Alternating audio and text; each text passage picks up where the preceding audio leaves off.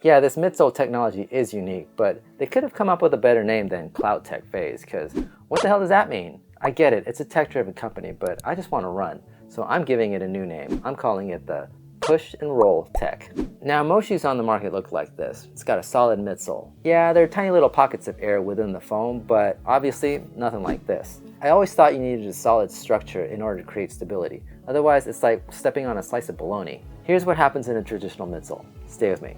Your foot hits the ground, and the part of the foam that's bearing the load pushes up against the other foam around it, and how far it pushes out depends on the density. After that, the foam regroups and pushes back up against your foot. The result is that you pretty much get an up and down feeling with every step. Where this design makes the biggest difference, however, is in the transition between the initial landing and the rest of your foot strike. I know, I thought about this way too much. These angled cutouts aren't unique. For example, Adidas has a pair of shoes called the Switch Forward, and it uses a similar tech, and I see two advantages. The first plus is obvious. It allows you to cut weight off the shoe. Now, this is On's max cushion shoe, so anywhere where they can save weight is probably worth doing. And it works. For the amount of stack it has, the shoe is fairly light, coming in at 9.4 ounces or 266 grams for my men's US size 8.5. Of course, when you start cutting out pieces of the midsole, you're going to end up with other problems. You're going to lose stability and responsiveness. Now, you can make up for that by using a denser foam or some kind of brace.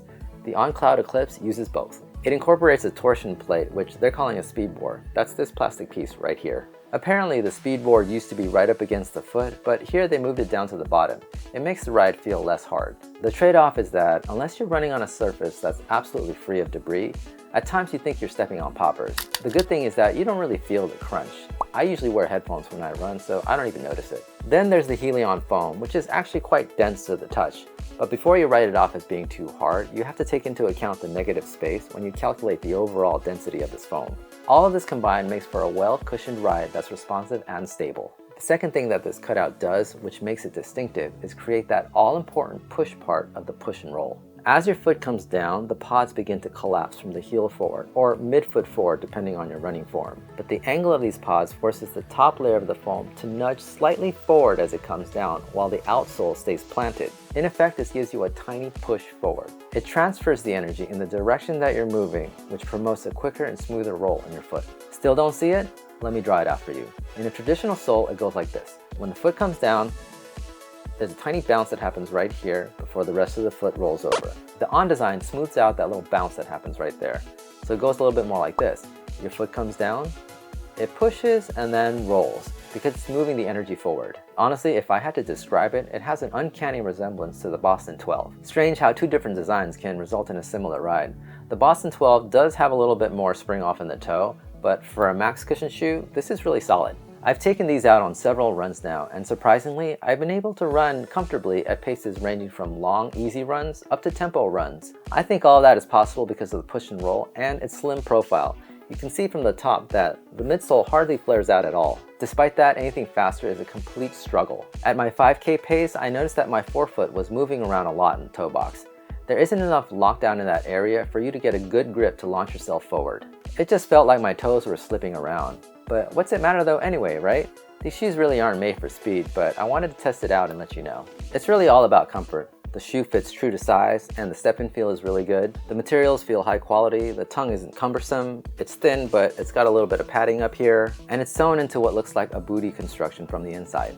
The outer fabric is an engineered mesh, so there's actually 2 layers of fabric between your toes and the outside world. Despite that, I found it to be very breathable, and the outsole, it's got good coverage with lots of rubber. And the colorway is very geometric and understated. Is that a Swiss thing? Anyway, this is my new go-to long run trainer.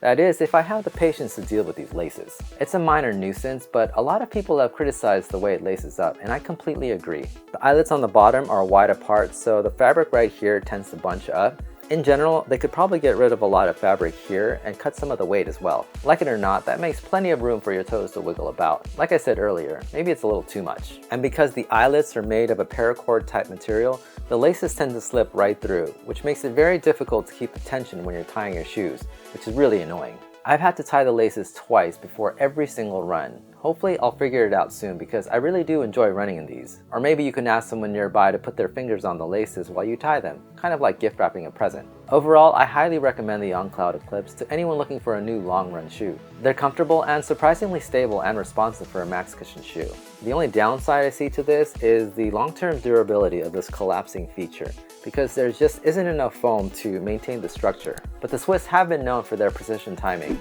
Maybe it'll show up in their shoes too. Ride and run, let's get it done.